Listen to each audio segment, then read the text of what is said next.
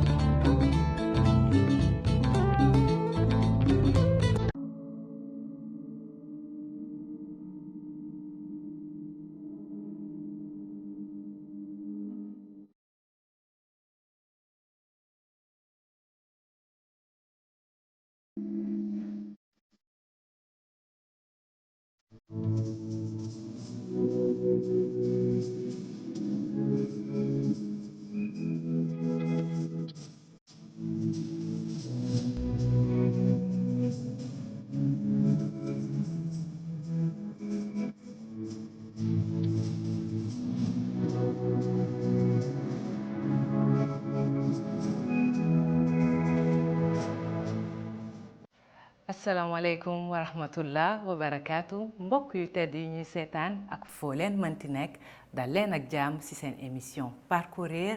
édition Ramadan 2026 tey nag numéro bu spécial lañ leen fi concoctel à l'occasion de la journée internationale des droits des femmes bi ñu waaj a jëm ci 8 mars bi dinañ waxtaanee ñiy téye kër yi di yar xale yi rax ci dolli nekk royukaay ci dëkk bi. Quelle est la place de la femme en islam? Est-ce que dafa war a nekk toujours second plan wala moo war a jiite foyer bi lan naka lay dundee weeru koor gi tamit entre liggéey bi kër gi diine bi ak njaboot bi loolu yëpp lañ fi waxtaanee tey waaye avant tout comme toujours passage obligé on commence en douceur direction la cuisine parce que fii nag su fekkee le rôle de la femme ne se résume pas qu'à cuisiner quand elle le fait avec douceur, avec amour et beaucoup de générosité. Bonsoir ma chère Mariem. Bonsoir ma chère Salma. Ça va? Ça va et toi? Ça va, tout va bien. yaa def nii. nii naka. tey toq tay baas nga laal de. Bay mooy man damay rus ak compliment yi. C'est magnifique, machallah. Merci beaucoup. Ça te va super bien. Merci beaucoup. Mais tu sais pourquoi? Pourquoi? Parce qu'on parle de la femme aujourd'hui. C'est vrai. Et man j'ai toujours associé la femme xaw ma lu tax nag boo ma laaj pourquoi xam naa affaire de bref taraxale waaye depuis toujours j'ai associé femme féminité et taille basse. Ouais, c'est vrai que le taille basse c'est assez féminin quoi dafa cikkati daal. Ouais, j'aime beaucoup. Ça me ressemble beaucoup. Et l'actualité internationale noo ko gisee. daa yëf yi jaxasoo na de Salma yow tiito. Iran non keroog vraiment un mois je me suis dit lii lan la troisième guerre mondiale. Qu'est-ce que waaw on va vers quoi quand même. doy na waar de ma ne ko ko xalaatul de. Moi je m'inquiète surtout pour les prix en fait parce que forcément il y aura des retombées économiques. Ouais, clairement. Tey Iran avec tout l'engagement qu'ils avaient côté pétrole and co. C'est ça. su ñu amee ay embargo ak ñoom seen forcément dinañ ko ressentir. Donc prix dafa nar a gën a et oui surtout que nous on importe quasiment tout. Forcément dinañ ko yëg quoi man côté boobu laay gën a inquiété woo. du coup sa local bi lañ war a topp nag Mariem. waaw baax na boobu léegi maa ngi koy wax local lekk local dundu local. Parce que tout ça là, ça ne va pas arrêter de nous impacter. Non, hein. non. Et puis ça n'a déjà pas arrêté depuis Covid B. C'est ça, on le ressent. On le ressent. Il faut qu'on apprenne à tirer des leçons de ces choses-là. supplémentaire. Exactement. Et là, bientôt, ça va être une nécessité en fait. Ce sera plus que de la coquetterie ou une tendance. Le local va vraiment être une nécessité parce que avec tous les problèmes économiques qui s'annoncent, tey di bay di dundee di utiliser ressources yi ñu am fii pour continuer di am le même mode de vie bi ñu amoon, ça va vraiment être quelque chose de nécessaire en fait. Donc ça va aller crescendo, hein. Cette crise-là, on va continuer ici de suivre ça, suivre cette actualité, di ko gën a décrypter ak yéen. Tey dañ si waxtaan tuuti rek cof tuuti parce que bon, on sait pas encore où on met les pieds, mais dinañ si gën a waxtaan parce que ça va aller crescendo. Et puis si suuf ça sous-tend aussi une vraie crise entre États-Unis et Chine, quoi, ça, plus que libération. Entre deux grandes puissances, yoo xamante ne nii seen xeex forcément dafay ci ñëpp. C'est ça, plus que libération du peuple iranien bi ñuy wax, c'est une vraie crise mondiale qu'il y a derrière, avec des intérêts économiques majeurs. On va reparler de tout ça. Comme tey droit des femmes bi moo ñu soxal. Waaw nañu wax si ñun. nañu wax si ñun, wax si local bi. N'est-ce pas? Parce que du coup, je veux revenir à ta recette. C'est quoi ça? Loo ñu préparé tey Mariam? Alors aujourd'hui, je t'ai préparé une recette qui vient de l'île de la Réunion. Foofu lañ ko gën a xam, là-bas on l'appelle beignet de cassave, beignet de manioc. Donc ñambi la. ñambi yow dégg naa bëggoo ñambi. Non Mariam, yàq nga ko. non. Tey laa lay réconcilier fii. Non, je ne mange pas de ñambi. Tey laa lay réconcilier en public avec le ñambi. Sérieusement? maa la wax li. En tout cas, ça donne envie. Oui. C'est très joli. Ce sont des rostis, donc c'est une sorte de galette de pommes, enfin de manioc. À la base, les rostis, ñu bëri ci pomme de terre lañ ko xamee. Mais le manioc, ñu koy wax fii ñambi wala cassave dans les Antilles, c'est un produit boo xam ni c'est un produit très culturel en fait. C'est très lié à la culture afro, on va dire, pas africaine seulement. Et du coup, c'est dañ koy râper.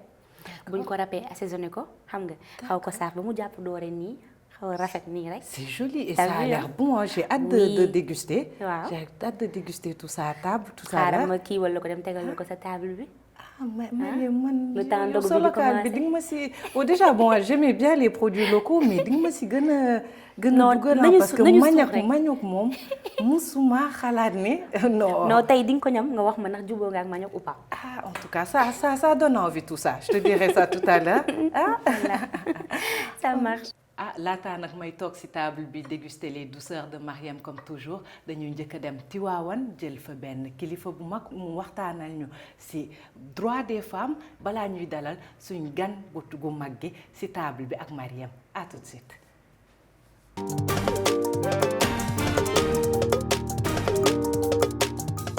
Soxna Ndeye Astou Sy nga nekk doom ci sëñ Abdoul Aziz Sy Al Amine. Yal na yàlla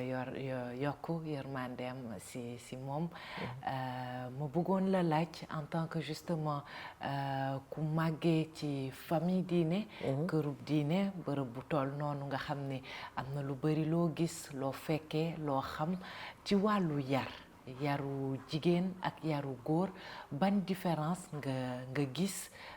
ci yar wi. waaw xam nga yaru diine moom yaru ci suñu kër yi du nekk lu du yaru l'islam. te itam boo bokkee ci kër diine ci nga bokk yow. Donc dafa am peut-être un plus boo xam ne doo ko bokk ak le commun des mortels. Parce que tout simplement da ngay yaru dans un environnement assez particulier où ñëppay ñëw. Et déjà ça c'est une richesse. C'est d'un. De deux boo nekkee yaru diine boo nekkee ci suñu kër yi yar bi ñuy yar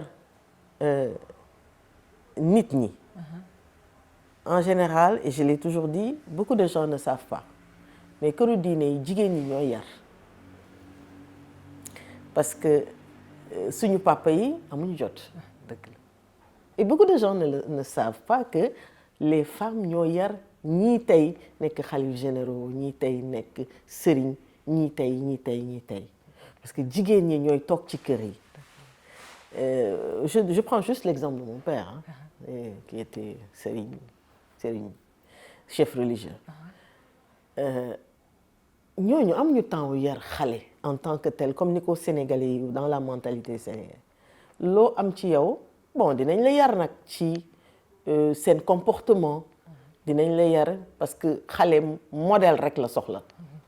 Vous n'avez pas besoin d'être toujours derrière bu dee nit la parce que ñun dañuy yar pour ñu nekk nit. xale ci sa comportement lay xool ba mel ni mu war a mel. Maintenant comportement boobu foofu la importance bi amee d'autant plus que jigéen moom mooy réceptacle les valeurs fondamentales yi tabax suñu société. jigéen dafa war a nekk une personne spirituelle parce que loolu ngay transmettre en fait ci ñi ngay yar de la trempe de Seydatuna Fatima. jigéen dafa war a nekk une intellectuelle de la trempe de Seydatuna Aïcha parce que ñun ci yooyu lañ ñu tàggat en fait. vous savez man xam nga dañ may taxer de féministe. Beaucoup de gens me le disent mais je ne suis pas féministe. Je veux juste dire que jigéen dans l'islam surtout de nos jours l'islam moo libéré jigéen am de yow xam nga ci dara avant l'islam ni ñu daan def jigéen avant l'islam ni ñu daan doori jigéen ni ñu leen daan suule te ku am doom bu jigéen sax da nga koy suul loolu l'islam moo fi jëli donc j'ai toujours eu le sentiment que ñun suñu génération ou suñu société tey ñun loolu dañ koy fàtte tout le temps et j'ai toujours dama koy casse toujours suñu biir kay vous ne donnez pas jigéen place bi mu war a am ci pencum tey. te dafa mel ni yéen si këru diine bi nga yaroo. jox nañ leen place boobu dans le sens où sànq yaa ngi tudd éducation jigéen dafa war a nekk intellectuel. loolu tamit jox nañ leen ko même en tant que jigéen ñu bàyyi leen ngeen jàngi ba def ay études supérieures. mais ñun suñu génération c'était une exception. Dans beaucoup de familles religieuses. Bon, c'est vrai que nous, nos papas ont eu la clairvoyance. Yóbbu ñu école, yóbbu ñu daara, etc., etc. Et aujourd'hui, ça nous sert, hein? Ça nous sert. Et l'exemple mu ngi ñëw parce que on voit que maintenant la majorité dañuy yóbbu seen doom yi daara mais bu njëkk daara rek nga daan dem. Et que jarul daara baax na. mais àddina buy dox dafa am nooy doxeek moom. donc du coup dafa mel ni yéen si seen biir kër gi. yamale woon nañ si en tout cas en matière d'éducation yaru góor ak yaru jigéen. ah oui parce que gis nga wàllu jaamu yàlla ak wàllu njàng amul góor ak jigéen man gëwuma loolu. góor ak jigéen en l'islam yàlla moo ñu bindee ni mu ñu bindee parce que tout simplement il veut que ku nekk am sa rôle mais benn rôle gënul màgg ban góor moo mën a dem sans jigéen fii ci àddina bi. mënul nekk ce n'est pas possible on a nos rôles qui sont complémentaires amul man pour man amul sax ay góor ay kilifa entre guillemets là on le dit parce que xëy na jamono moo ko indi woon mais aujourd'hui on est en partenariat man loolu laa gëm et je le dis souvent aux Sénégalais dëgg la suñu maam yi dañ naan wax jigéen lii parce que tout simplement góor ñi ñoo daan jàngale Alquran dañ daan jàngal li leen arrangé dans nos sociétés et ça je l'ai toujours dit parce que fu yàlla tuddee góor tudd na jigéen muuminiin muuminaat muslimiin muslimaat li war jig góor ci jaamu yàlla looloo war jigéen ci jaamu yàlla.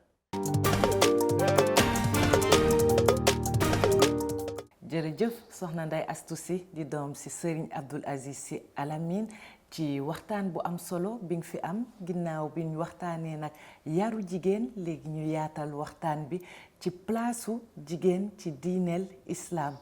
journée internationale des droits des femmes bi ñu jëm ni le 8 mars xam nañ seen importance ci biir kër yi ci jàkka yi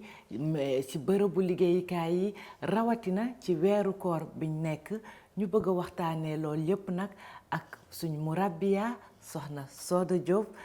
di enseignante di jiite tamit internat Daarul Muminaati bi nekk Jaxaay de murabbiya ñoo ngi lay dalal di la sant bu baax ci toogaay bi fii tey. asalaamaaleykum wa rahmatullah alhamdulillah wasalaatu wasalaamu ala rasulillahi wa ala alihi wa sahbi man wala rabbi shrah li sadri wa yassir li amri wahlul uqdata min lisaani yafqahu qawli. Salma maa ngi lay fay nuyoo waaye di nuyu téléspectateur yëpp di leen ndokkeel ci weeru màgg wi weeru koor gi di ñaan yàlla lépp luñ fi wax yàlla na nekk njëriñ ci ummatul islamiya yàlla na nekk tamit loo xam ne dañ koy dégg jëfee ko incha allah. amin amin loolu moo tax a jóg waxtaan bi te pour commencer justement ñoo ngi jëm ci journée 8 mars ni ma ko doon waxee nga xam ne journée boobu lañ bëgg a sargal jigéen sargal ay droit wu jigéen man nag sama laaj bu njëkk nekk justement tey bi nga xam ne benn fan lañ jël ci at bi bëgg a sargal jigéen est-ce que loolu wanewul finalement le reste de l'année par contre ñun jublu ci leneen est-ce que loolu wanewul plutôt que célébration wanewul recul ci droit des femmes bi nga xam ne jigéen amoon na ko ci diine l'islam ak tey ni mu évolué ba tollu fii nii. jërëjëf Salma wax nga lu am solo fi mu ne nii mën naa ne àdduna bi jigéen ñu bari ñu ngi waajal bés boobu jàpp ne seen bés la bés boobu dafa am taarix am histoire lu ko tax a jóg loo xam ne xëy na xam nañ ko waaye suñ ko jàngatee ba ci biir dañ naan ñun lu ci suñu yoon ndaxte yàggul ay 1856 ay 1908 1909 ba bu yàggul 1977 si lañ ko door a décréter def ko muy journée internationale de la femme fekk ay jigéen ci ay New York ak ay Allemagne ak ay yenn réew yu yooyu ay jigéen ñoo fa doon ñaxtu ndaxte heure yi ñu daan taxaw di ko liggéey ay journalières heure yooyu dafa bari léegi ñoom daawuñu voté ñuy xeex loolu di génn di def marche parce que dañ leen war a wàññil heure yi ñuy liggéey dañ leen tam war a bàyyi ñuy voté dañ leen daan marginaliser daal foofu mais li tax mën a la yàggul ay 1977 fekk depuis 14 siècles yàlla moom réglé woon na loolu ba teg ko ne le bi l'islam ñëwee Seydina Muhammad sallallahu alayhi wa sallam andi ko yàlla teral ci jigéen ci façon boo xam ne dinañ ci gën a yaatal ci biir waxtaan bi mais comme yaa ma laaj ci 8 mars rek te nga aborder loolu tamit ne est-ce que ñun loolu nekkul deltu ginnaaw hankay parce que ñun yàlla daf ñu goreeloon dagg suñuy buumi jaam jox ñu ay droit jox ñu tamit ay devoir wante teg ñu place boo xam ne benn diine mësul koo teg jigéen loolu nag buñ demee dem ba ay 1909 ak 8 ak 77 ñu ne waa nag dañuy heure ñuy liggéey dafa bëri dañuy génn fippu ndax ñu yemale ñoo góor ñi ndaxte dañoo desal ginnaaw loolu moom mën nañ ne deltu ginnaaw la goo xamante ni jigéen xëy na moo ko teg boppam ndax ñàkk xamam ñun nag booy déglu maanaam booy seetaat 8 mars lu ko waral danga naan ñun lu ñu ci parce que dañu ko àmbale rek ñëw jox ñu ñun ñuy consommer mais ñun mënoon nañu bañ a concerner mais fi mu nekk nii buñ ci gënte ne xuus tamit xam naa ne ñi ngi ci gën ne xuus bariwul parce que niroole yeeg tëgg yeeg fecc yeeg toggu meeg buñ paree mu jeex te waroo dafa maanaam non seulement concerné wuñ waaye buñ demee nag ba di ko feete sax nag waroon nañ ci di def ay yeneen yu dul yooyu mais bañ a féetewoo folklore bi rek bañ a féetewoo perdre temps bi parce que journée lëmm nga passé ko ci tëgg ak fecc ak ay yoo xamante ni daanaka amul solo loolu suñu ñàkk xam suñu valeur la ñàkk xam suñu place la waaw justement ci valeur boobu ak place si jigéen ci biir si diine l'islam wax nga ko sànq diine l'islam jox na jigéen place boo xam ne benn diine musu ko jox ndax mën nga si ñëwaat jigéen ci islam lan mooy rôle am ak responsabilité am bi si njëkk en tant que mukallaf su nekkee mukallaf ba muy maanaam majeur ba muy marié su nekkee ci buumu sëy lan tamit la ñuy xaar si moom ba muy nekk yaay ñetti place yooyu nekk différents moments clés de la vie d'une femme lan la ko diine sas ak lan mooy rôle am ci biir société bi. jërëjëf Salma macha allah avant loolu dañuy njëkk xam avant l'islam di ñëw jigéen tekkiwul woon dara daawul doonu moom dañ ko daan jëndanteeg di ko jaayante amul woon baat yenn xeet yi sax ku sa jëkkër deewaan dañ lay booleeg moom lakk comme indo yi parce que amatoo njëriñ ci société bi yenn xeet yi ku sa jëkkër dee taawu kër ga moo lay booleeg bagage doon naale comme yow ab objet nga daal yenn xeet yi muy arab yi nga xam ne sax foofu la lislaam wàcc ñoom far dañ ko daan suul ñoom moom alquran moo ñu ko nettali bi lislaam ñëwee nag ci la yàlla subhanahu wa taala wax ci alquran yonent bi sallallahu alayhi wa sallam dund ko ci sunna wax ko ci sunna ñu jox jigéen place ci étape yi muy jaar yépp bu jiddoo di jigéen yonent bi sallallahu alayhi wa sallam nee na ku am ñetti doomi jigéen wala sax ñaar nga toppatoo leen yar leen yaru lislaam yar leen jàngal leen seen borom yar leen ragal yàlla ci ñoom ñooñu ëllëg ñooy nekk sa barrage ci safara xanaa loolu moom honneur màggatu ko loolu dina tax xam nga ñëpp bëgg am doomi jigéen te mais dafa teg condition nga yar leen ragal yàlla ci ñoom ragal yàlla ci ñoom mooy li yàlla digle nga taxaw ci ca ba nga ciy man dara balaa ñu lay ëpp loxo parce que yar mi ngi commencé ci bi xale bi laata xale bi di juddu sax ca lay commencé mooy ci tànn waajur yaak ni nga koy ëmbeek ni nga koy yaree ba màggee balaa muy am 2 ans yi muy tàmm yu bari foofu la koy tàmmee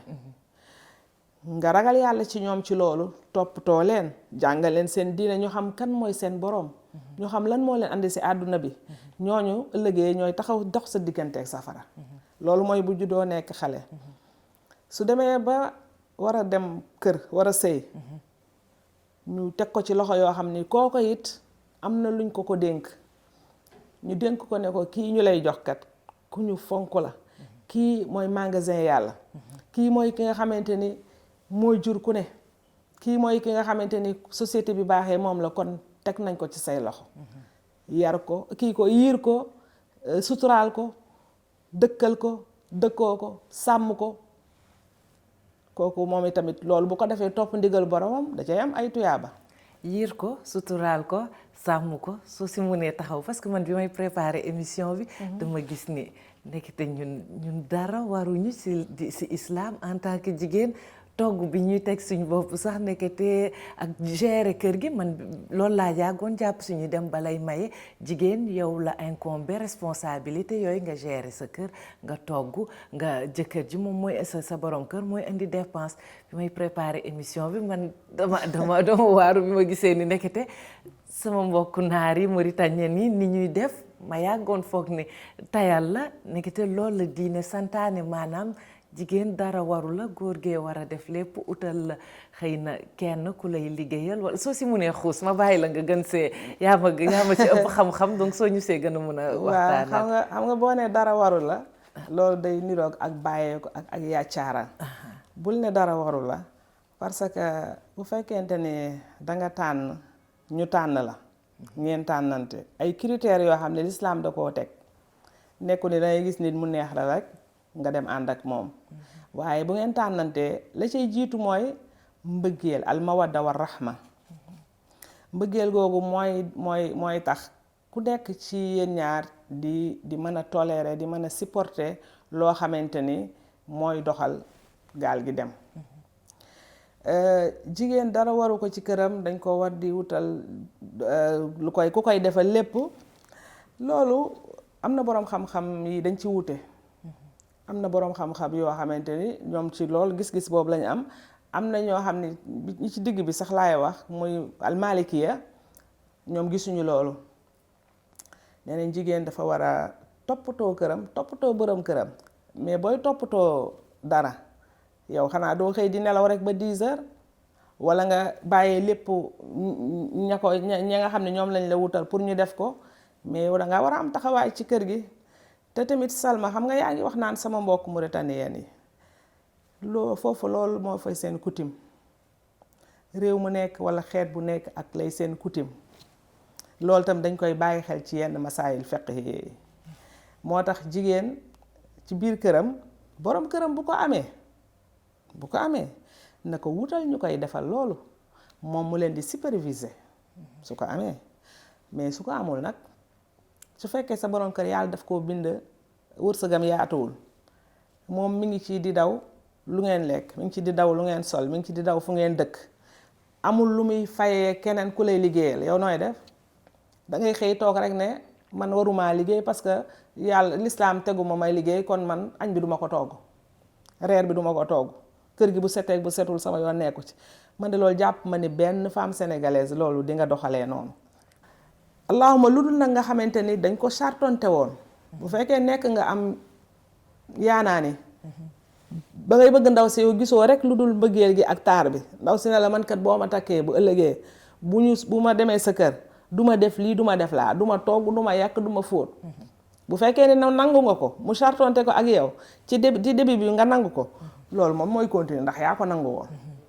wante nag fekkee ne chartonte wu leen ko jigéen bu demee ci kër war naa togg jox borom këram ndaxte ku ne dafa am yow lu ñu la féetaleel borom kër bi li ñuy togg moo koy andi li ñuy togg moo ko war a andi li ñuy nettoyer moo ko war a andi fi ñuy dëkk moo ko war a fay li ñuy sol moo ko war a jënd léegi nag yow li bu andee li ñuy togg yow yaa ko war a togg yow jigéen ci laaj bu mujj bi en tant que mère yaay de soo demee ba am ay doom yan sas yan responsabilité la islam teg yow jigéen bi ju rëy ju foor bu màgg mooy kër gi société bu ndaw bi foofu noonu yow bu baaxee yow la même société bu mag bi parce que bu ndaw bi moo jur bu mag bi kër yu bari ñooy àndandoo nekk dëkk yi dajaloo nekk réew yi dajaloo nekk continent kon yow ci biir kër gi foofu mooy société bu ndaw bi moom mën naa ne 80% ci ak mbaaxam ci sa loxo la nekk responsabilité bu diis a ngi foofu bu fort nga xam ni ma ngay commencé ca tànn ba wax naa la ko ci commencement bi tànn ki nga war a àndal critères yi la lislaam jox diineem ak jikkoom bañ ci xool alal bañ ci xool yeneen su leen ci yàlla mayee njaboot nga yëg dara nga war a commencer yow defaraat sa toogaay ndax li ci sa biir kat yow lañ ko sàmmloo nga war koo sàmm ci say comportement ci say looy déglu sax danga kaa war a régler looy seetaan sax danga kaa war a xool ndaxte moom loolu day répercuté wu ci moom mi ngi ci biir di dund ci yow looy lekk ci lay lekk looy naan ci lay naan kooku bu yàlla defee mu ñëw mënul dara xamul dara moom daal feuille bu weex tàll la tâche bu ci nekk yaa ko ci def responsabilité boobu dara gënu ko waree nga war ko nag yar ci bi mu nekkee ndaw muy màgg doo yëg sax na mi ngi màgg ndax kéemtaanu borom bi nga koy nàmpal war koo nàmpal nag ci sa meew mu war a dund ci yow di la tokkamtiku di jël say jikko yàlla na fekk nga am jikko yu baax yàlla na fekk yow ne waajaloon nañ la préparé woon nañ la yow tamit ndaxte lu mu nàmp da koy tokkamtiku kooku di màgg ak yow di la copier di la enregistrer di la filmer sa loo def lu nekk mi ngi dugg ci serveur am mu ko garder ko foofu responsabilité bu rëy. sa responsabilité yow rek wala yow ak waajur bu góor ankay waajur bu góor bi xam nga ci yaay ji nga ma laaj moo tax mais yéen ñaar yéen a ko seq gaa mais moom moment bi ma lay wax nii moom fekk boobu génn na dem uti lu mu andi ci kër gi moment yu gën a bari du ko fa fekk journée bi mën naa ni lim fay yendu bariwul kon yow mi nga xam ne yow yaa war di yendoo ak moom yow yaa war a nekk ak moom journée bi yow laa wax ne yow lii yow la war waaye te papa ji kay moom mi ngi contrôler fële à distance bu ngi ñëwee mu ngi topp mi ngi suivre waaw moom tamit am na ci part de responsabilité na dund gi doy na lekk gi doy na fi ñuy dëkk na baax na ko xel nangu nañuy sol lu baax ba mu yegg nag ci njàngan su waree jàng nag seen responsabilité yéen ñaar ngeen xamal ko kan mooy boroomam nga yóbbu ko mu jàng alquranul karim loolu sa responsabilité nga teel koo xamal ci moment boobu noonu ma lay wax ay baati tawxiid mu xam turu yàlla mooy kan asamaan ak suuf lu tax ñu ànd ñu fi aljana ak safara yooyu yëpp ci sa biir waxtaan ak ci say biir moom da koy enregistré di ko dégg di ko màggaale nag maa ngi koy wax léegi 30% ci jikko yi nit ki di faatuwaale laata muy am 5 ans la ko am kon responsabilité yaay ji rëy na bu demee ba war a jàng nag ñoom ñaar seen responsabilité na taxaw ci ne kii lan lay jàng loolu yëpp responsabilité yoo xam ne ñoom ñaar ñëpp la war mais yaay ji moo ci ëppale ndax mooy ëpp lu muy nekk ak moom waaye justement yaa ngi wax sànq bi ma lay laaj ndax ñaari waajur yëpp la responsabilité éducation boobu incombé yaa ngi may ni justement waajur ju góor gi moom fekk na génn na uti lu muy dundalee njaboot bi waaye ça me donne une transition justement pour waxtaan ci jigéen ak liggéey tey ndax tey fu waajur góor ji demee uti waajur jigéen ji tamit dem na moom tamit uti donc justement lan mooy place su ki jigéen ak liggéey ci biir islam lan la ko diine may foofu noonu ndax daf ko limité war na liggéey ba heure sàngam wala diir sàngam lan mooy rapport bi entre liggéey ak jigéen ci islam. daf ko limité boobu foofu laay taxaw parce que l'islam moom bàyyiwuñu nii rek yàlla binduñu bàyyi ñu nii rek yonent bi sallallahu alayhi wa sallam ñëwul rek ñëw ba dem nii dafa légiférer lépp lu nekk mu tracé yoon yi lu ne mu def nañ ko war a defee gis nga l'islam aayul jigéen liggéey mais à condition ci kaw ni moom liggéey bi daf ci lot ci kaw ni liggéey bii nii mënul ñàkk ci moom ndax situation waaw aayu ko de mais à condition que fa mu war a liggéey ak na mu war a liggéey ak nu mu war a mel buy liggéey bu bëri ci ñun li ma jaaxal mooy li nga ne ci kaw mu nekk soxla mu nekk situation waaw kon soo nekkul ci soxla wala ci situation déedéet génn waru la de liggéey waru la lan ngay wuti ci liggéey bi Salma lan ngay doyee liggéey bi pour mode rabia pour mode pour jënd saagu 300 000 déedéet du pour jënd daalu 200 000 déedéet waaye mais yow su fekkee sa borom kër dëkkal na la mi ngi lay dundal mi ngi lay wodd mi ngi lay faj mu rabia tey moom soo ci amul aajo bu fekkee liggéey bi yow nekkul daruri ci yow génn di liggéey waru la maa la wax lii te lool la lislaam wax mais xam nga yenn saa yi duñ liggéey ndax soxla mais dañuy liggéey ndax am na luñ namm ci société bi walla ci comme ni nga amee internat ma jël exemple xëy na am na loo namm ci éducation wu ay xale loo leen bëgg a transmettre man xëy na liggéey soxlawuma ko kii mais am na lu ma namm ci transmission information moo tax may liggéey donc soo ma nee waruñ liggéey su dul nga soxla financière moo la génne man damay waaru waaw loolu la lislaam wax de bu fekkente ni amuloo daal soxla boo xamante ni moom mënul ñàkk ci luy doxal kër gi ci côté finance bi bu fekkee ni du loolu liggéey waru la yow sa liggéey yow sa liggéey bi njëkk xam nga mooy ban mooy sa njaboot mooy sa kër mooy say doom Seyda ba duma dem tey sama borom kër na ma comme yow liggéey waru la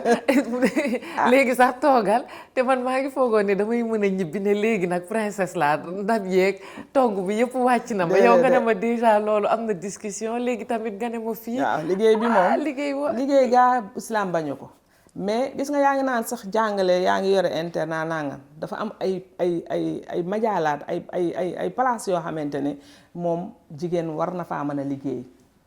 jàngale ci la bokk nekk sage-femme ci la bokk di faj couture ci la bokk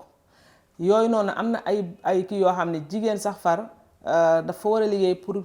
pour jàppale ay moroomi jigéenam yi nga xamante ne xëy na bu ñu demee ba soxla loolu jigéen tiim leen wala jigéen nattal leen ñaw wala jigéen jàngal leen mooy gën a yay ka keneen di ko def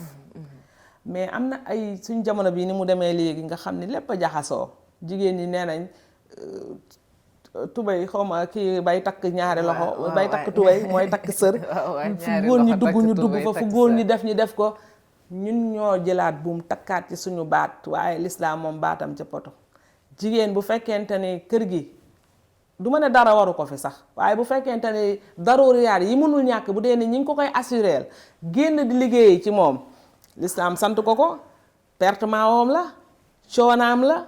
te it moo ko teg boppam lu mu ca daj moo ko teg boppam waaye lislaam tegu ko waa léegi lu mel ni azaka jigéen la war góor la war mais azaka pour nga mën ko génne ci sa am la donc kon foofu man li ma jàpp mooy islam ni mu waxee jigéen na dem uti góor na dem uti am jigéen bi tamit noonu lañ ko sase parce que sinon du azaka du ko war waaw azaka moom boo ko amul soo ko amul yow wàcc na la gis nga lii di azaka lii di aj maaka gis nga ponki lislaam yi juróom Salma bu njëkk bi moom moo la ci dugal waaye gis nga yeneen ñeent yi benn kese moo la ci dul wàcc kese muy julli mais ñett yépp boo ko amul lislaam tegu la ko koor gi ni tey jii am na ñoo xam ne duñu woor te rewu leen doon jullit azaka boobu am na ñoo xam ne juddu nañ ba xëy dee mosuñu joxe azaka terewu leen doon jullit am na ñoo xam ne juddu nañ ba dee mosuñoo dem màkka terewu leen doon jullit ponk lislaam la mais dama si jublu su fekkoon liggéey ju ko waruñu lu dul suñ amee soxla financier kon kay azaka daf ñuy wàcc wala même ku mel ni soxna Khadija moo ngi xam nga kii la woon commerçante bu mag la woon nekkoon ci import bi export bi yooyu yëpp nekk ay exemple yi ñu mën a cité si jigéen yoo xam ne ñoo ngi doon liggéey man daal mu rabbiya tey soo ma nee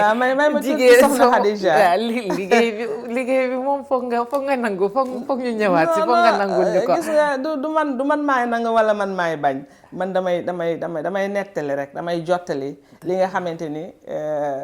moom la ñu wax gis nga soxna Khadija moom ñu bëri ci ñun foofu la ñuy ngoy naan soxna Khadija femme leadership la woon d'accord amoon na alal mais demul dikkut fa mu toog la daan toog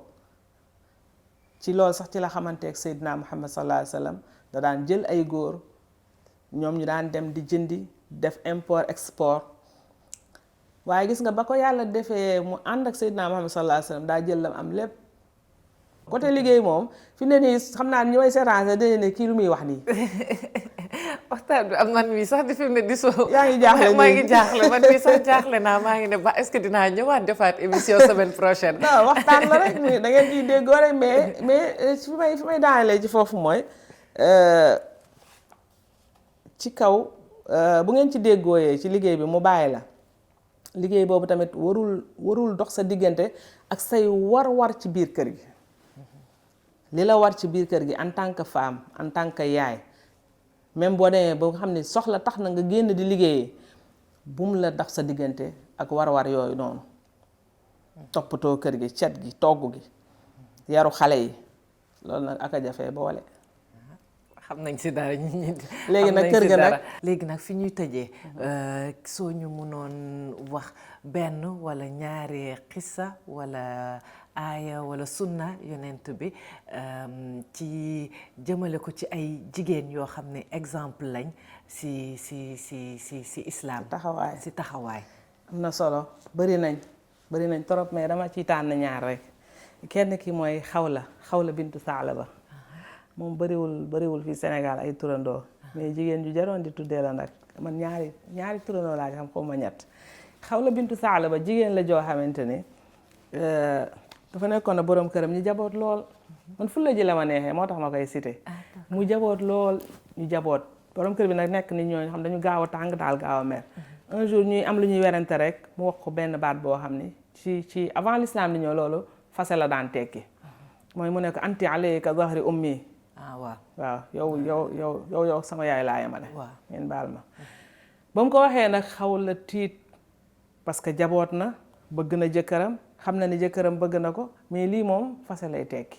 xaw la ne ko li nga wax rëy na de jëkkër ji génn dem ba mu ñëwee moom tamit meram giif mu mel ni dara xewul bëgg ñu àndaat mu ne ko deet li nga wax nii duñu mën a àndaat tànk yàlla attewuñu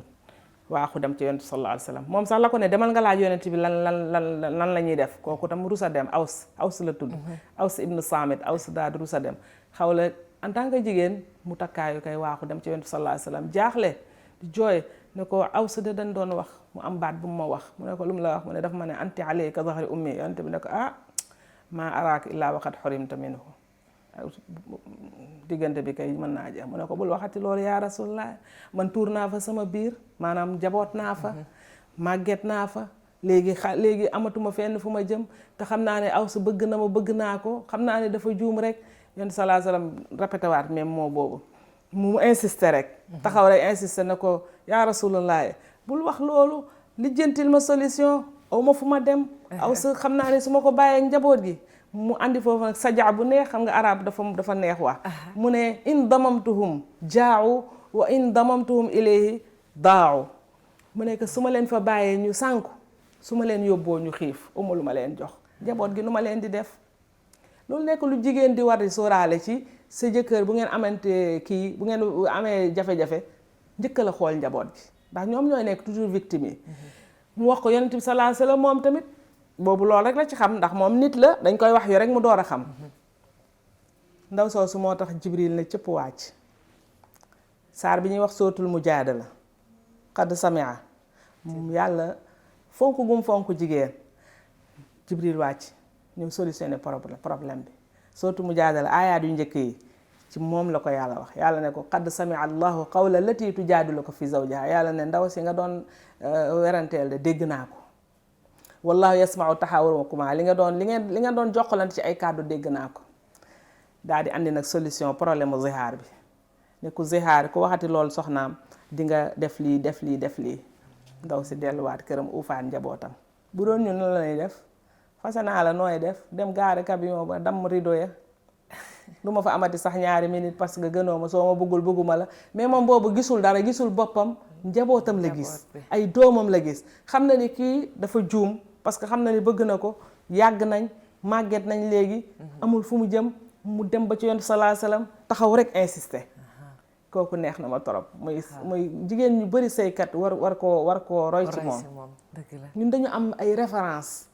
loolu sore na buñ ko temps bi mayoon ñu ñëw fii sax ci suñu réew mi dañu am ay référence yoo xamante ne waruñoo leen rek jàng nii rek wala ñuy dégg di fittasu yaakaar ne ñii ñun mun leen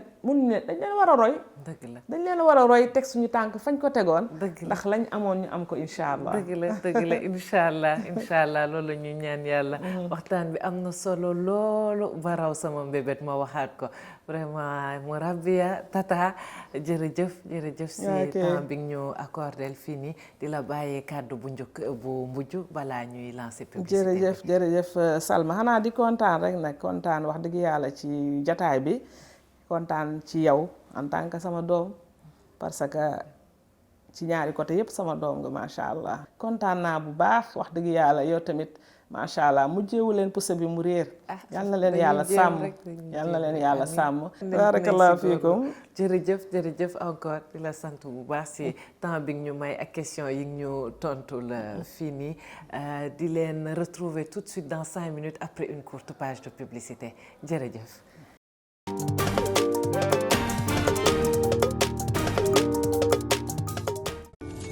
Bienvenue chez Mega Home, l'expert de l'aménagement intérieur sur mesure.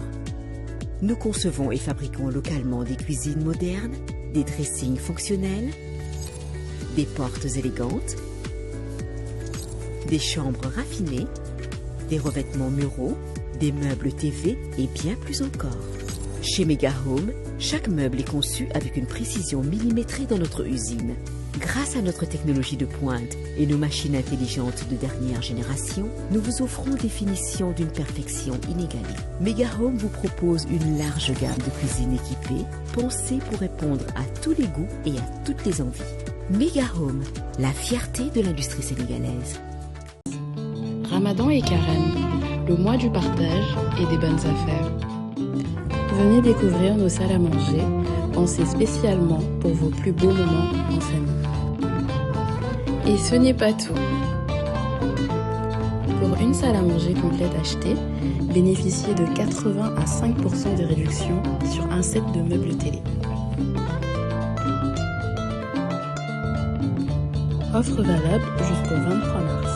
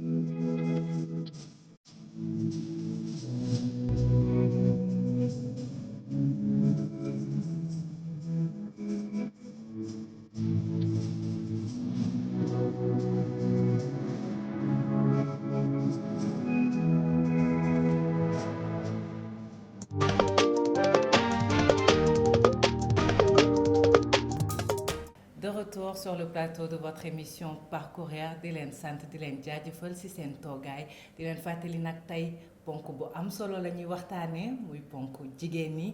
biñ ci xuusee ba pare ci wàllu diine ñu toog fii nag léegi ak suñu invité bu spécial boo xam ne honneur ak plaisir laa am toog ak moom fii nii muy le grand professeur Souleymane Bachir Diagne tonton nag laa lay wooyee tey ngeen jéggal ma rek mais mënuma wax neneen vraiment vous êtes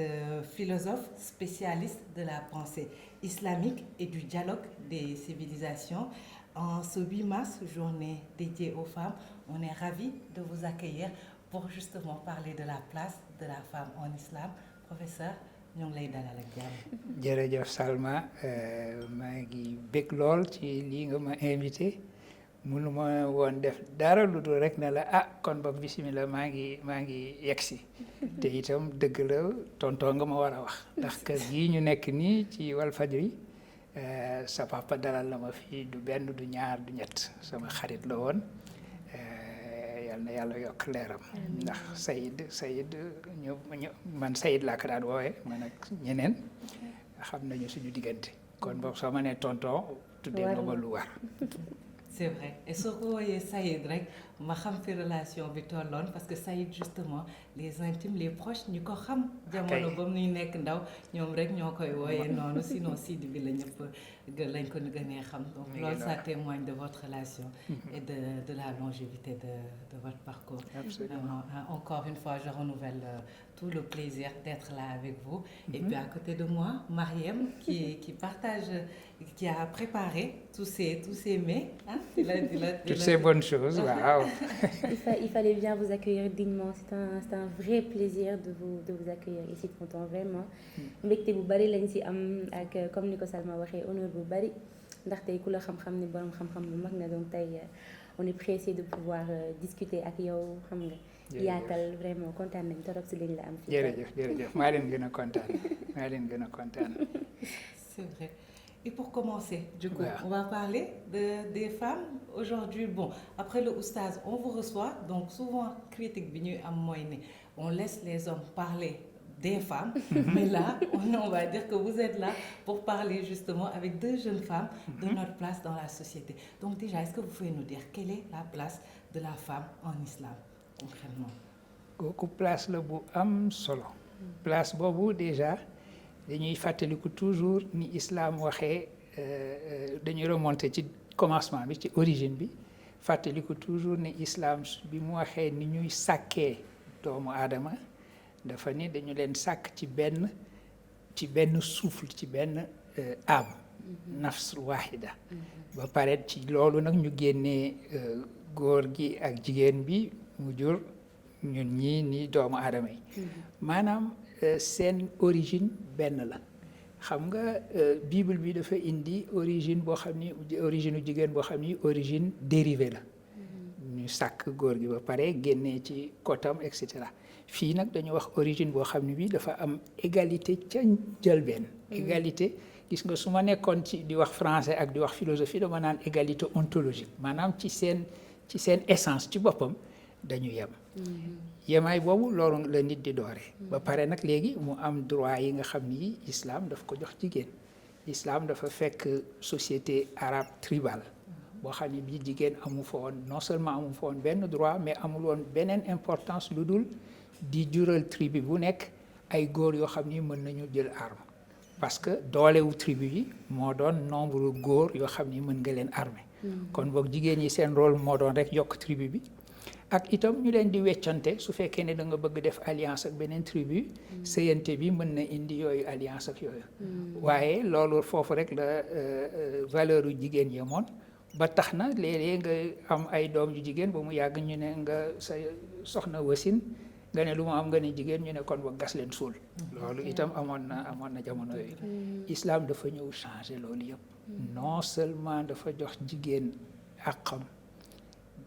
mais également dafa signaler les sociétés musulmanes ne man kat égalité wu homme ak femme bi wax naa ko kon boog léegi seen responsabilité la ngeen réaliser ko ci seeni société loolu moo tax lu war a dox la égalité boobu dañu koy topp di ko topp ndax comme société yi dañuy changer égalité li mu signifié tey bokkul ak li mu signifié woon démb. donc noonu la ñu ko war a mën a jàppee droit yi nga xam ne bi islam jox na ko jigéen des na ba tey ñu remplir ko totalement.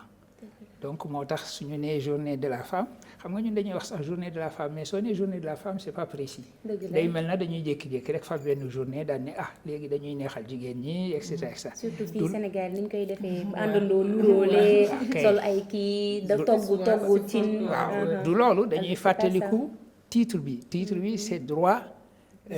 journée des droits journée internationale des droits de la femme. kon boog droit la ñu wax waxu droit la ñu wax. fu ñu toll ci droit yi loolu mooy question bi ñu war a poser le 8 mars. ne yan conquête la jigéen ñi am yoo xam ni ñu ngi indi davantage d'égalité droit yi ñu war a am fu ñu ci toll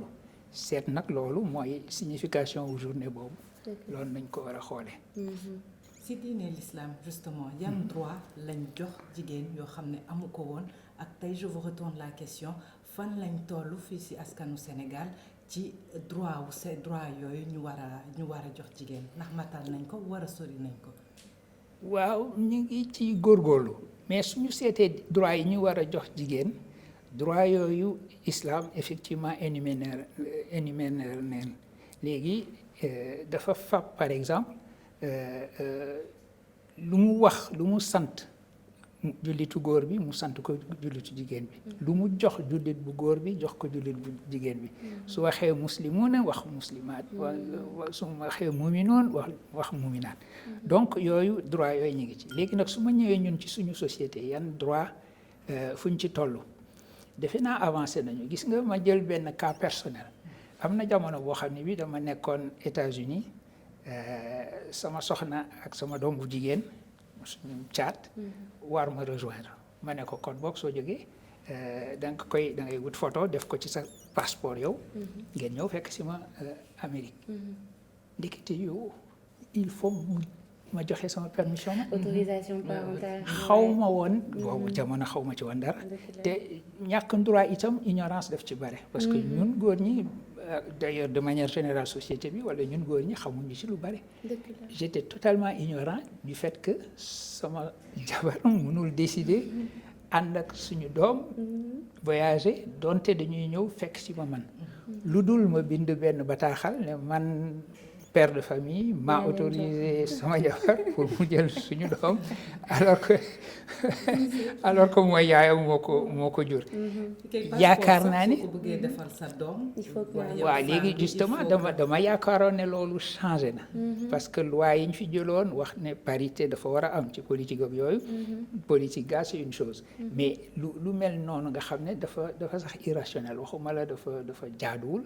mais dafa irrationnel parce que soo ko seetee ba seet ko waruñu woon mën a nekk dans une situation boo xam ne bi sama soxna mënul ànd ak sama doom ñu ñëw seet si ma te fekk waxuma ne man maa leen autorisé bind ko donc yooyu yëpp ay droit la yoo xam ni jigéen ñi war nañu ko am amuñu ko woon ca yooyu jamono suñu amee journée bu mel ne le 8 mars c'est l'occasion toog daal ne léegi droit yooyu fuñ ci toll. dëgg la tonton man dama seetlu pour par exemple li nga wax nii Sénégal dafa bëri ay on va dire ay affaires yoo xamante ni ci culture la gën a basé wu que ci islam wala sax ci droit tey comme affaire autorisation parentale bi je trouve que c'est très révélateur de mentalité bi nga xam moom la ñu am fii ku góor ki mooy sa kilifa xam nga dëgg la gaa yéen suñu ay kilifa mais dafa am fu ñu ko yóbbu foo xamante ni yenn saay dootoo xamante lan mooy limite bi entre li nga xam ni aada la ak li nga xamante ne nii diine la yaa ngi wax sànq ci sa biir wax ni islam dafa teel a wane ni que góor ak jigéen dañu yem ci njëlbeen mais xam nañ tamit ni que islam dafa hiérarchiser bu baax relation góor ak jigéen tey par exemple équilibre bi fan la nekk diggante tey góor gi moom mooy kilifa bi jigéen bi moom lan mooy place am ci wetam est-ce qu'elle est juste là en tant que second wala vraiment dafa am benn rôle boo xam ni à part entière moom la am en tant que jigéen. xam nga dañ koy seet rek ci suñu modèle ki nekk suñu modèle mu yonent bi sallallahu alayhi wa sallam suñu seetee sira bi seet ni mu nekkee woon ak ay soxnaam foofu la ñu war a roy jéem a seet évidemment les conditions bokkul donc soo ne woon tey par exemple sama diggante ak sama soxna par exemple ñu nekk ci benn situation boo xam ni mën naa laaj sama bopp su doon yonent bi sallallahu alayhi wa sallam moo nekkoon ci biir situation nan la naroon defee su fekkee ne miin nga sira miin nga gis-gisu yonent bi sallallahu alayhi wa sallam miin nga non seulement geste yi mu def mais esprit bi mu ko defee di nga mën tontu ci lu mel noonu loolu muy déjà benn exemple boo xam ne bii war nañu ko mën a roy deuxièmement li nga xam ne bii rek moom la raison jàpp parce que société li koy organiser mooy un maximum de rationalité société dafa nekk toujours loo xam ne day réformer boppam parce que société dafay dox circonstances yi dafay dox temps yi dafay changer rôle bi jigéen ñi mën a war a am tey bokkul dara ak même su ma delloo rek gannaaw dans les années 60 nga xam ni jigéen ñi nga xam ni jàngoon nañu wala occupé nañu yenn situation yi barewul woon société léegi société bi jëlal université njàng donte jigéen ñi ñooy am plus de problèmes pour d'abord ñu inscrire leen école deuxièmement ñu toog ca école ba surtout léeg-léeg nga jékki-jékki rek ñu génne leen ñu sëyi wala nangam et cetera malgré obstacle yooyu ñoom ñoo ëpp ci université yi kooku c'est une situation mondiale mais c'est une situation boo xam ne ñun itam am nañ ko fii donc ça veut dire que jigéen ñi nekk cadre léegi bokkul sociologiquement nombre bi bokkul ak la mu nekkoon déjà en 1960 donc sociologiquement am nañu ay avancées yoo xam ni ce sont des avancées majeures jigéen ñi ñu ngi occuper ay rôles yu importants di jouer également des nekk dans des fonctions yoo xam ni ce sont des fonctions importantes même duma rek seet cadre yeeg yooyu même société ñuy liggéey les classes laborieuses ni ñu leen di wooyee famille su amee situation bu jafeek yooyu jigéen ñi ñooy takku ñoom ñooy dem jaayi su dee gerte caaf su dee nangam ci yooyu nag ci seen njaay moomu ci seen góorgóorlu boobu la ñuy yare itam seen njaboot fayal leen seeni école am na ñoo xam ni ñii seen loxo jotul seen diggu gannaaw ko moo di mais terewul gis nañu ne situation wu école yi dafa xaw a kii dinañu góorgóorlu ba dugal seen doom dans le privé yàlla xam nañu privé c'est cher rôle boobu jigéen yi boobu attitude ñu am xam ne ñoom au bout du compte responsabilité wu avenir u famille bi c'est-à-dire avenir u xale yi ñoom la kon boog jàmbaar gi ñuy wane ci li ñuy liggéey kooku il faut que société bi mën ci tenir compte suñu waxee waxu droit des femmes il faut que droit yi tolloo ak rôle yi nga xam ni ñu ngi koy jouer ci société bi. macha allah rek d'ailleurs par rapport à ce que vous dites souvent sax lan la ñuy dégg liggéeyu yaay liggéeyu ndey. añu doom waaw liggéeyu baay pour wane seen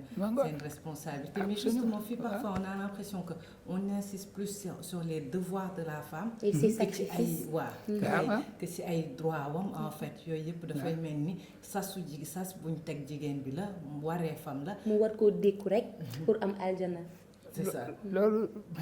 il faut dire de manière très claire que dafa war a soppi ko dañu am ay droits aussi am nañu ay devoir yooyu aussi religion bi établir nañ ko xam nga par exemple aussi dañu bu ñu jaawalee lu leen di maintenir xam nga fàttali wax naa léegi ci affaire autorité parentale parent war ko signer xam nga loolu fu mu jógee ci code napoléonien fàtte nañu ni sous la colonisation code napoléonien lañ ñu jox mais c'est vrai patriarcat bi nga xam ne bi ñu ngi ci en fait ça a été installé par le colonialisme code napoléonien mooy wax ni borom kër gi mooy ko góor gi donc autorisation bokk yooyu su doon suñu société ñun ci logique u société traditionnelle sénégalaise muy wolof ba muy tukulóor bi et cetera kenn nit ki yaay ji kat amul droit yëkkati doomam jël ko ànd ak moom ñëw fekki jëkkëram donte jëkkër ji dafa nekk feneen su fekkee ne jëkkër ji moo la woolu wala moom la ñuy wuy ji dana la ne lii kat amul waaw loolu lan la waaye lii code napoléonien la ñu bare ci loi yoo xam ni am nañu ko ay loi yoo xam ni le code napoléonien léegi ironie bi mooy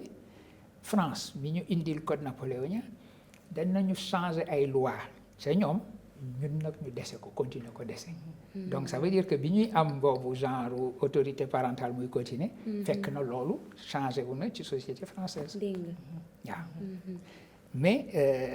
terewul léegi ñun de toute façon comme am nañu suñu indépendance suñu autonomie et cetera dañuy xool suñuy système de droit fexe nu ñuy delloo ci loo ay valeurs yoo xam ni d'ailleurs traditionnellement ci suñu tradition mi ngi fi woon matriarcat bi ñuy wax place bi jigéen ñi amoon rôle bu yenn jigéen ñi amoon léegi xam nga dañuy wax njàmbaaru yenn jigéen ñi ci suñu histoire ak yooyu femme de ndeer ak yooyu amoon nañu hommage d'ailleurs ndax 7 mars mooy seen journée moo ngoog amoon nañu ay benn autorité ak rôle bu ñu leen reconnaître boo xam ne bi colonisation dafa taxawoon ñu dellu ci gannaaw du rek du islam xam naa ba waxtaan bi neex na loolu waaye am na lu ma dencoon fee si fuur ba xaaral ma dem génnee ko ñëw indil ko tonton ndax su ko defee mu mën a ñam en attendant Babacar Mbengue ñuy déglu de Justement, moi, je voudrais rebondir sur ce que vous disiez par rapport ak droit héritage, droit miras. Xam nañ ni justement si miras selon les règles islamiques fu góor amee ñaar jigéen xaaj bi lay am wala fu góor amee benn jigéen xaaj bi lay am et je parle de ça pour dire que justement yenn saay l'islam est perçu vis-à-vis des femmes comme une religion boo xam ne dafa limiter seen rôle wala voire même ci yenn points yi dafa injuste envers femmes yi loolu idée reçue la wala qu'est-ce qu'il en est en fait vraiment non du oui et non oui ndax soo xoolee daal di xool arithmétique bi ne kii 2 lay am fu kii amee benn et cetera da nga naan arithmétique boobu c'est une arithmétique inégalitaire waaye da ngay seet d'abord que comme ni ma ko waxee woon léegi non seulement jigéen amul woon droit ci héritage mais dafa bokkoon ci héritage bi dañ ko daan hérité moom ci boppam donc ne waaw déet su borom kër gi jógee fa ñu ne waa léegi soxnaam yi yow jëlal soxnaam yi nga kii ko ñu séddale leen donc dañu bokk ñoom ci héritage bi donc le fait simplement que ñu dugg ci héritage bi c'était un immense progrès même dañuy wax polygamie par exemple même le fait que ñu limiter ko à 4 en fait limitation boobu c'était aussi une révolution parce que même biñ ko limiter à 4 ñu arabe yi dans une société patriarcale dañu jaaxle woon ne waa léegi ñeneen ñi nu ñu leen di def xam nga loolu moo lay woon ne rele woon nañ ko ba nga xam ni bi 4 pour ñoom c'était presque impossible donc am na ñoo xam ne ñi am na ay borom xam-xam ku mel ne Mohamed Talbi bu Tunisie dafa ne nit ki dafa war a comprendre intention ou religion su ñu nee limité nañ ko à 4 par exemple ak yi ñu ci wax yëpp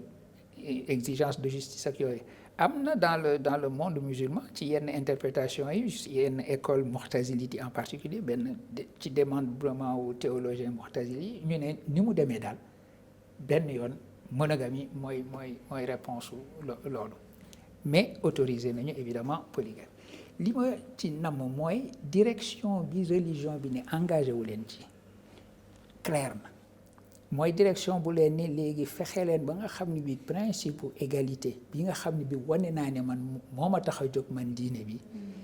engagé wu leen ci su seen société yi di avancer seet leen toujours principe boobu lan la laaj par rapport ak période bi ngeen nekkee suñu xalaatee noonu dinañu mën engager toutes les réformes nécessaires pour faire en sorte que li limité jigéen ñi ñu teggi ko ñu jouir de la plénitude de leurs droits et ñu jouir de l'égalité absolue bi ñu war a am ak góor ñi égalité c'est pas identité c'est pas ngeen am les mêmes fonctions donc nekk amu leen les mêmes fonctions da ngeen di war a nekk ñu complémentaire évidemment mais direction boobu il faut ñu mën ko engagé wu jël ko dugg ci parce que loolu la ñu suñu diine namal moom la namal jigéen ñi te moom la fi yonent bi bàyyi comme recommandation sallallahu alayhi wa sallam effectivement bi muy wàññeeku biñ ko waxee mu ne fonk leen jigéen ñi fonk leen jigéen ñi fonk leen jigéen ñi wax na loolu dooree ko ci yaay yi xam nga si jigéen ñi doo leen réduire rek ci seen statut yaay mais yaay am na doole boo xam ne bi islam daf ko anoon nii mu waxee nii ñetti yoon fonk leen jigéen ñi noonu la waxee ni nit ki ne ko ki nga war a gën a fonk yow mooy sa yaay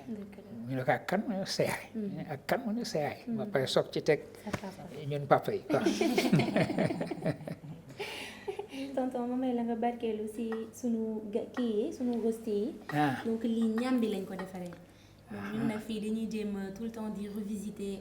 sunu ay. lii nii. waaw man nag soo ma mayee. dama koy tuddee puloox ndax puloox laa xam. waaw puloox nga xam yow kii nga waalo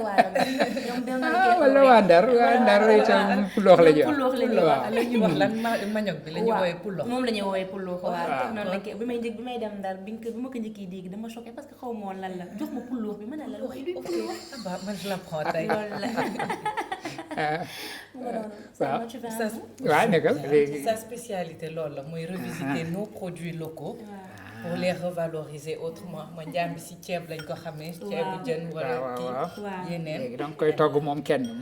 mu nekk genre beignet nii waaw comme genre beignet donc lii benn recette antillaise la c'est pour que tu sauces da ngay def nii kii ci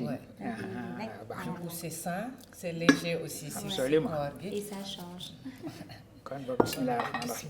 yow nag bëggoo woon ñàmbi non man doo ko lekk waaw c'était pas non du ma ko mos a lekk du si ceeb du si léegi nag ñamal nga wax ma loolu ci xalaat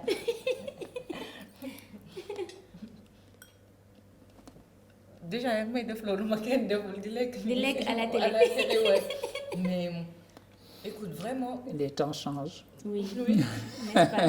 Et puis c'est une bonne surprise. Ah, c'est vrai. Découverte. Tu aimes? Sama ko waxuloon du ma xam ne ñaambi la. J'ai gagné. Alhamdoulilah. Alors que quand elle m'a annoncé que ce qu'elle préparait aujourd'hui, je suis tombée dénue, je comprenais pas en fait ñaambi duñ ko mën a revisiter. Mais c'est réussi. Je vous conseille la recette que vous pourrez retrouver en vidéo capsule sur nos plateformes YouTube. ngeen am détail yu recette bi leen Marème préparé pour wax leen A ba Z naka ngeen di def pour defaat li seen kër. soo leen ko testé na ngeen ñu wax naka ngeen ko gisee ci commentaire yi. tonton yow noo ko gisee. Ah oui, neex na effectivement. Effectivement, c'est une réussite. Merci beaucoup. Maintenant, avant de finir, je voulais qu'on aborde un autre point. Li ñu wax jusqu'à présent, ça a été très intéressant, mais point où féminisme. Féminisme là, bëgg ñu ñëw. Parce que ñuy wax ci diine, on a l'impression que l'islam justement,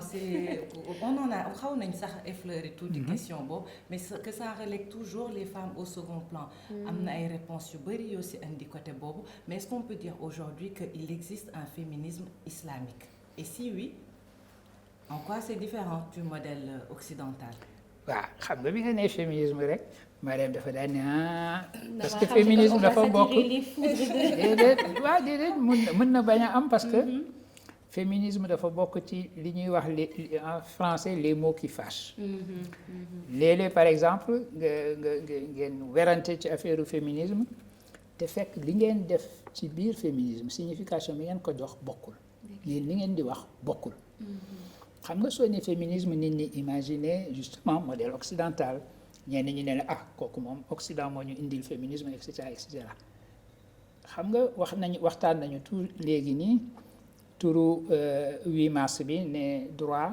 journée internationale des droits de la femme. ñun fii ci suñu dëkk yaakaar naa ne mot d'ordre bi ministère de la famille des solidarités des actions defe naa la tudd. defe naa li mu wax dafa ne droit. Justice ak action. D'accord soo ne woon programme boobu c'est un programme féministe wax nga dëgg pourtant kenn tuddeewu ko féministe. dëgg la. Or su boobaa soo nee féministe la. lan nga def ci suufu moowu féminisme.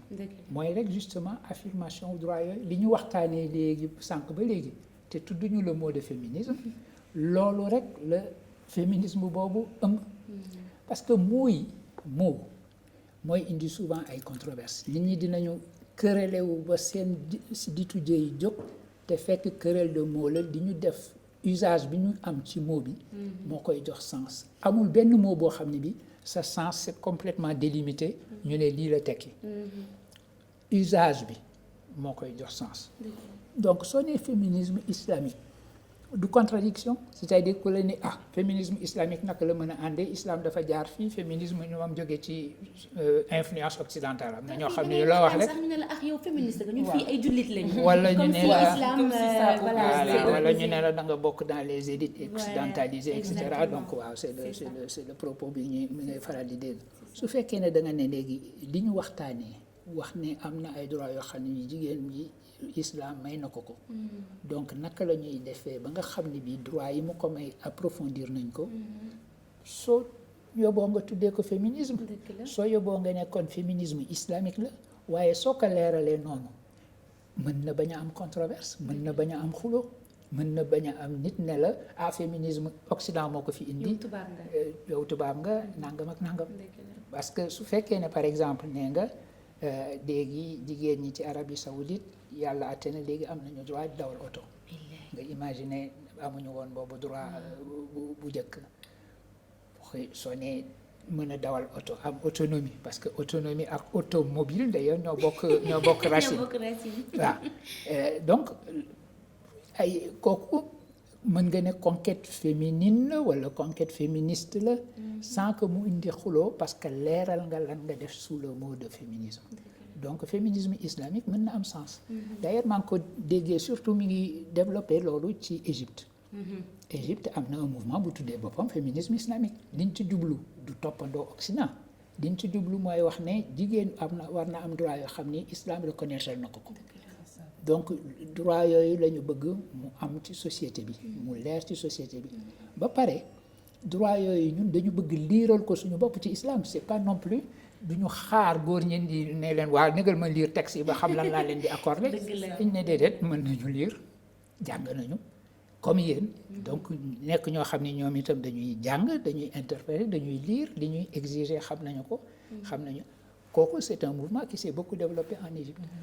am na aussi beaucoup au Maroc am naa fa Maroc dama bokk ci académie du royaume du Maroc am fa benn consoeur bu tudd Asma Lamrabet bind na ay livres yu am solo ci domaine boobu ñoo xam ni mën nga ko tuddee féminisme musulman jullit akkan la dafa bëgg itam parce que jullit la c'est pas malgré le fait que jullit la c'est parce que jullit la mu bëgg jigéen ñi jouir de tous les droits yoo xam ni war nañu ko am ci biir islam war nañu leen mën a joxe ba nga xam ni dinañu contribuer ci développement wu société bi société marocaine mi ngi interroger wu d'ailleurs ci côté boobu ñu ngi dellu si waat ci seen code de la famille et cetera di ci réfléchir foofu mën nañ fa seenu ay avancées yu am solo te su boobaa su amee foofu dina mën a tasaaroo dans tout le monde musulman. defe naa li nga wax la rek il faut que société yi di remettre seen bopp en question di jéem a évoluer avec leur temps je crois que c'est la clé en fait pour que ñëpp di évoluer jigéen société ouverte loolu mooy société ouverte dafa am philosophe bu tudd Raymond Popper bu tuddee ne société ouverte mooy société boo xam ne dafa toujours anxieuse de se réformer société noonu la war a mel anxieuse de se réformer parce que mouvement wu vie ci boppam mooy mouvement wu réforme permanente. Salma tey moom macha allah dama suur sax de vous disiez sax fan laa mosoon dégg je sais plus si c'était mon père ou qui disait que justement islam mooy première religion féministe parce que sooy xool première sax musulmane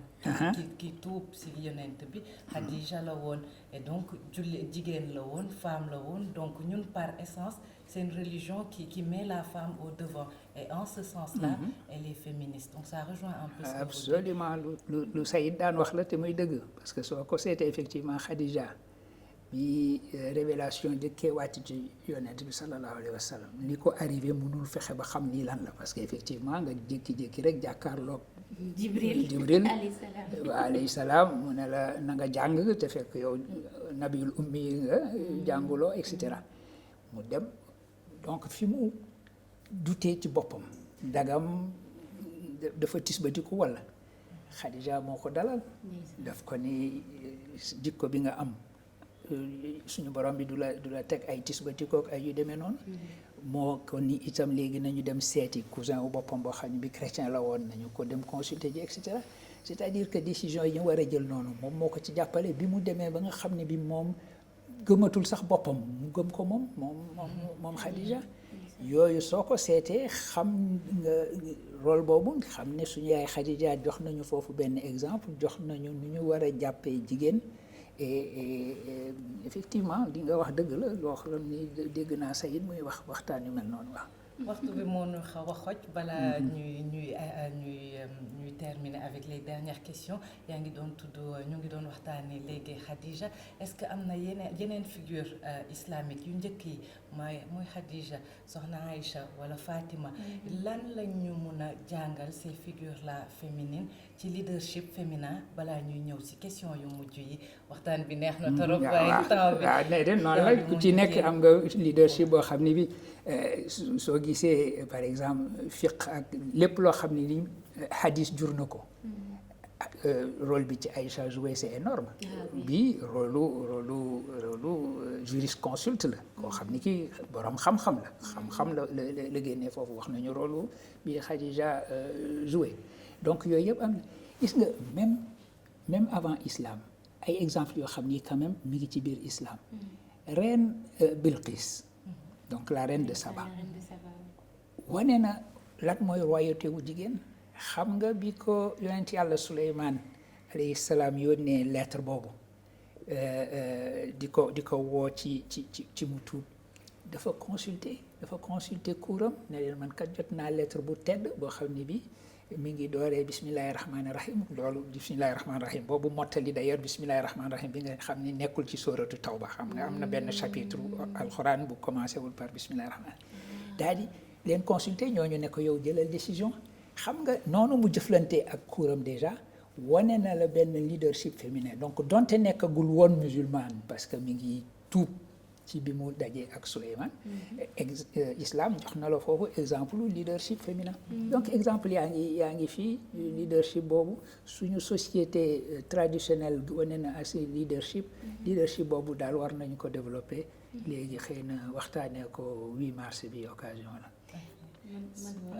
am naa benn question boo xam ne bëgguma nga dem te posé ma la ko ndaxte sunu classe gi man ak Salma xam ne dañuy liggéey ba guddi ñu ñibbi xam nga am nañu ay ambition bëgg nañu sori ci sunu carrière mais tamit islam yitteel nañu xam nañ ni que on a une place centrale au niveau de nos familles auprès de nos enfants tey est-ce que ambition bi ñu àndal est-ce que c'est en contradiction tey ak le fait de vouloir être une bonne musulmane est-ce que ànd na ànd na bu baax a baax parce que effectivement kooku moom ambition wu réaliser sa bopp pour sa famille réaliser sa bopp pour sa société ambition la boo xam ni bépp doomu aadama en général donc muy doom bu góor ba ak doom bu jigéen ba war na ko am donc société bii ñu nekk nii société wu réalisation la société bu laajte effort ñëpp développement mi ngi reposer également ci góor ak jigéen peut-être même yenn saa yi ci yenn aspect plus ci jigéen ñi parce que changement bu intervenir ci jigéen ñi effet multiplicateur bi mu mën a am ci société bokkul ak changement bu doom bu góor ñi indi doom bu jigéen boo éduqué day nekk une transformation plus importante que doom bu waaw sur plusieurs générations donc loolu lu jaadu la am boobu ambition lu jaadu la yal na leen ci yàlla jàppale. C'était très intéressant man bëgguma sax waxtaan bi jeex mais on nous fait signe du côté de la réalisation que temps bi moo ñu xoj. Avant de terminer le mot de la fin on vous laisse tonton. Le mot de la fin moom dina mën a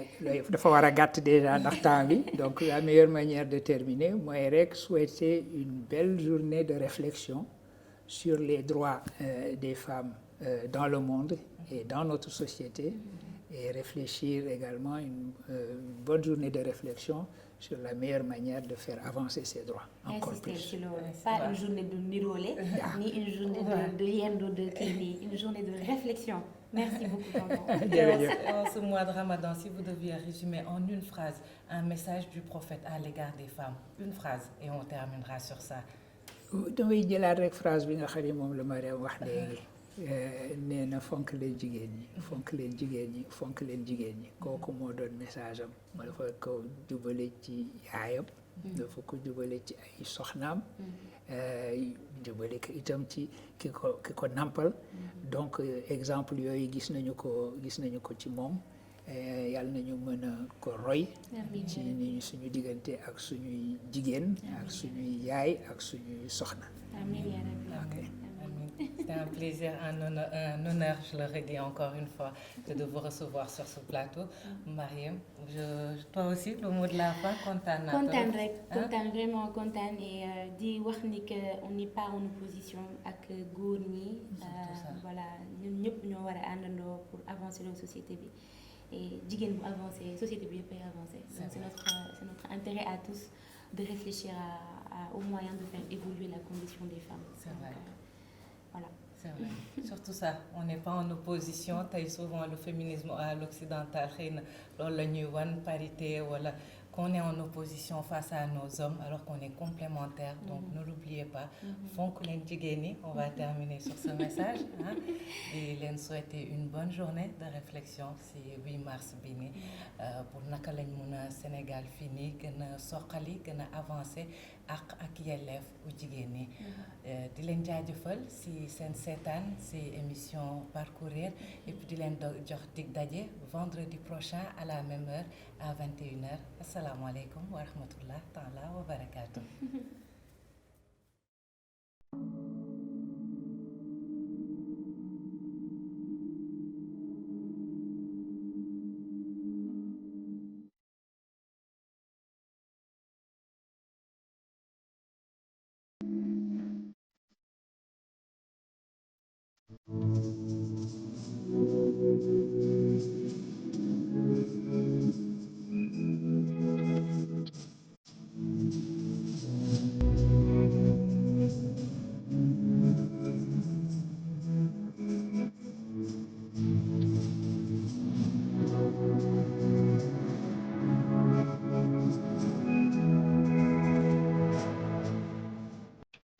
Ramadan et Carême, le mois du partage et des bonnes affaires. Venez découvrir nos salles à manger, pensées spécialement pour vos plus beaux moments en famille. Et ce n'est pas tout. Pour une salle à manger complète achetée, bénéficiez de 80 à 5% de réduction sur un set de meubles télé. Offre valable jusqu'au 23 mars.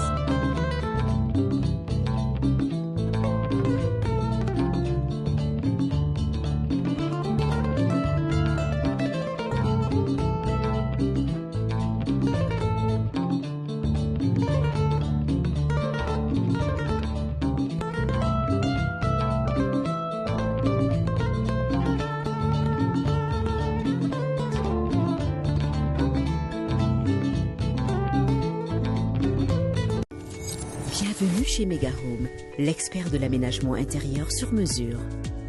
Nous concevons et fabriquons localement des cuisines modernes, des dressings fonctionnels, des portes élégantes, des chambres raffinées, des revêtements muraux, des meubles TV et bien plus encore. Chez Megahome, chaque meuble est conçu avec une précision millimétrée dans notre usine. Grâce à notre technologie de pointe et nos machines intelligentes de dernière génération, nous vous offrons des finitions d'une perfection inégalée. Megahome vous propose une large gamme de cuisines équipées, pensées pour répondre à tous les goûts et à toutes les envies. Megahome, la fierté de l'industrie sénégalaise. Megahome, Doj Tas, ñoo leen doon may seen émission Parcourir.